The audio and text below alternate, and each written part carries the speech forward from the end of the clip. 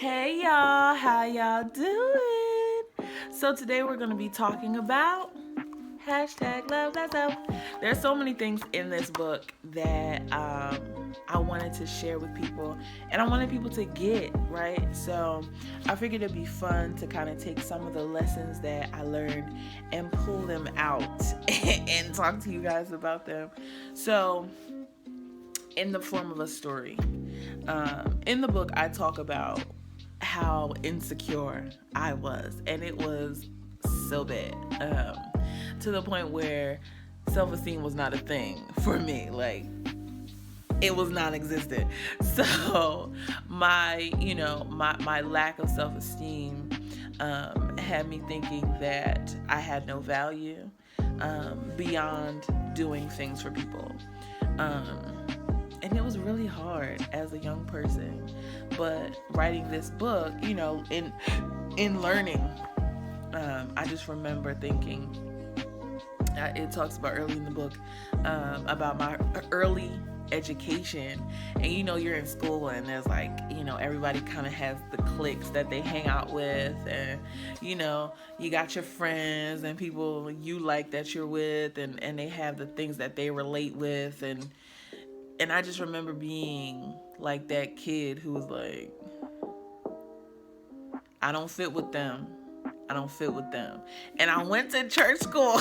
So it wasn't like it was a whole gamut of kids to choose from.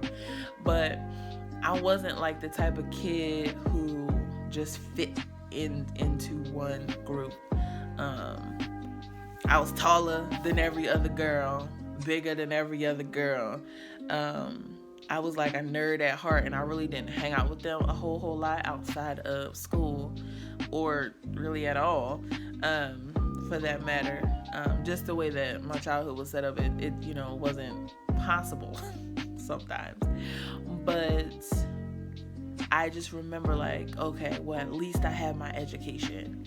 And one of the things I wrote in the book was that I felt like if I have this education, that's gonna make somebody like me. It was so weird, that thought process, because I really thought like these things outwardly would make somebody really be my friend. But yeah, that was not the case, because 9 times out of 10, the super smart, nerdy one who's like awkward in social situations is not just going to be clung to very easily. So that's one of the things that I experienced. And one of the statements that I wrote in the book is you have to start somewhere. And I feel like that applies to so many things. I started off with that skewed mindset, like, okay, if they see that I'm super smart, then they'll be my friend. Or if I show, if I show them I can really sing, then they'll come to me. Or if if I help somebody with their homework, or if I do, or if I say, or if I dress this way, then they'll come to me. But it was such wrong thinking. But, as a kid, I have tea here, so if you have tea, grab the tea. We're just talking and teaing. That's good. But yeah, you have to start somewhere. That was my starting point. My starting point was, if I just change this, if I just emphasize this, if I just this, if I just that. And hindsight is 2020, but looking back, understanding that this statement rings so true in everything. You have to start somewhere. When I started my journey on writing my book, it was journal entries, it was prayers that I had written down, it was situations that got on my nerves, it was things my friends told me, it was lessons that my mom was trying to teach me, and things like that, different lessons I was getting. It was just a whole bunch of things. Like, it was not really anything that was perfect. It was not it was ugly when I first started writing. And I wrote and I would stop for a year and then write again, and I would start for a year and then write, but I had to start. I had to come to the understanding that there was something in me that had to come out, right? So I think the lesson here is that not so much if I do this, they'll come to me, but I had to come to myself.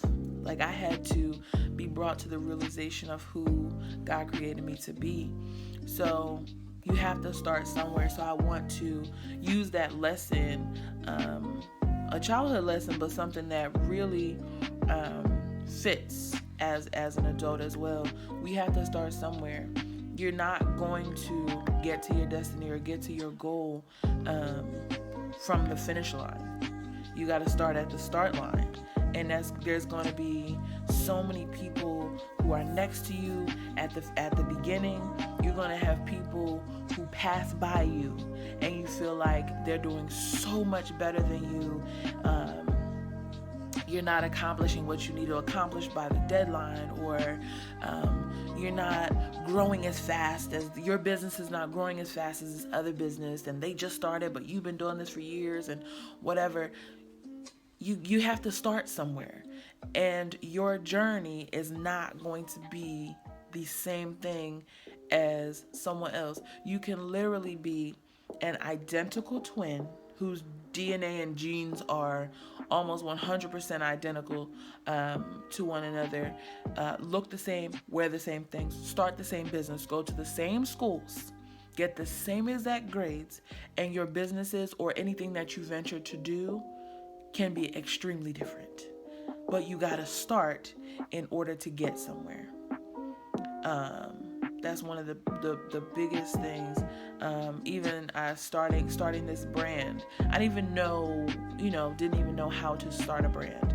My brand is #Love Thyself because of the book, because it was just a constant theme throughout my life.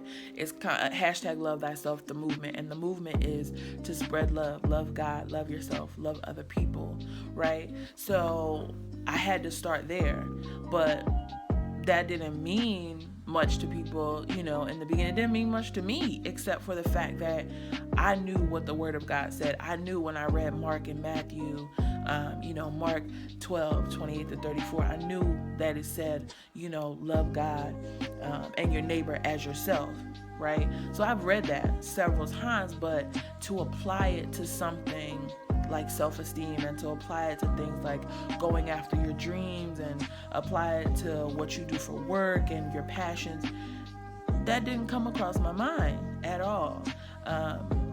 But in studying it over and over, love God and love your neighbor as yourself, right? So love God is always first. It's not a contingency, right? You have to love God, and this is not to say this is a faith-based channel. So I'm a Christian, and loving God for me, and even in the Bible it says loving God is obeying His commandments and what He asks you to do, and loving others. So you can really sum up what the commandments are with love, right? So because I love God, I'm going to love Him and appreciate Him for what He gave me, right? And then there's the love thyself part. You appreciate Him for what He gave you, and just accepting, who you are. He also gives you the ability to improve and make changes and things like that. If you feel like you want to improve upon something, He gives you that ability. So you are grateful for that. You love yourself, and then by loving in those ways, you're able to then spread that to people.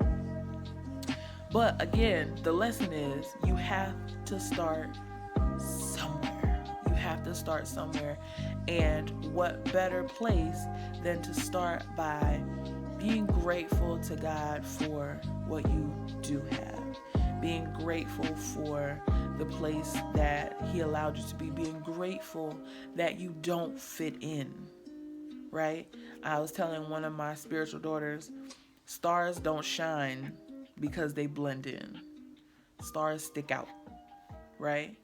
puzzle pieces fit together, and there's nothing spectacular about them. You get a puzzle piece lost within the whole box of puzzle pieces. You're not going to be able to easily distinguish that piece again unless you really search for it. But something that's super special, that's what we sometimes look over, and sometimes we take it as a curse instead of a blessing. But really, it's a blessing to stand out. You have to start somewhere. You have to start somewhere. That business that you're trying to start from the beginning. And it's gonna be frustrating, but start somewhere, right? You want to lose that weight? Friend, you can do it, but you got to start somewhere. Exercise is annoying. Okay? Exercise is super annoying. But understand that you got to start from the beginning in order to get to your goal. Got to start somewhere. Everything takes time. Everything that you want to mature and become something great takes time. Do not despise the journey, because the journey is where you learn all the lessons. I promise you, the years of writing this book, it took me about 4 years to write my book. Literally about 4 or 5 years, actually. About 4 years to write my book. And that was a major thing for me. Major thing for me. Got frustrated along the way. I stopped, like I said earlier, but in everything, no matter what, whether you're trying to love yourself, whether you are, whatever you're trying to do, start from the beginning. Let the frustrations come out. It's fine, because it's building your strength. And remember that greater is he that is in you than he that is in the world, which just means that God has put something so great in you. His spirit, and he's giving you all these gifts and talents, is way greater than the enemy that is trying to stop you from your destiny. You have to start somewhere. It's not going to be easy, but you have everything you need. As my girl Sonovia would say, you have everything you need. Thank God. Now, that's my soapbox for today. Remember to love God, because he is the source of real love. Remember to love yourself and be grateful for who you are. And remember to love other people. That is the mission. I love you. Bye.